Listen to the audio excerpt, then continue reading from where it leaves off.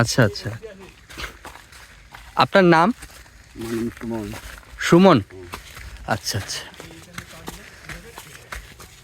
এই যে আমাদের গাইড ভাই, উনি আমাদেরকে গাইড করে হচ্ছে মালিনী ছড়া পুরোটা দেখাচ্ছেন।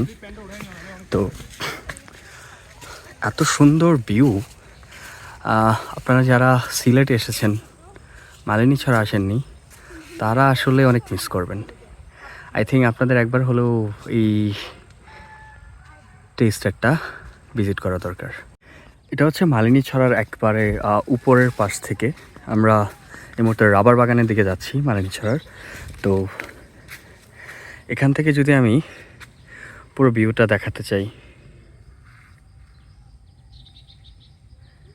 অনেক সুন্দর। আসলে প্রকৃতি আমাদের কত কিছু দিয়েছে, তাই না? কত সৌন্দর্য, কত কিছু।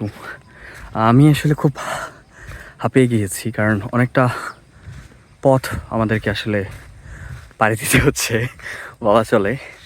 যারা আমরা কম হাঁটা, মানে কম যারা হাঁটে তাদের জন্য আসলে একটু এটা মনে হয়েছে অনেক বেশি।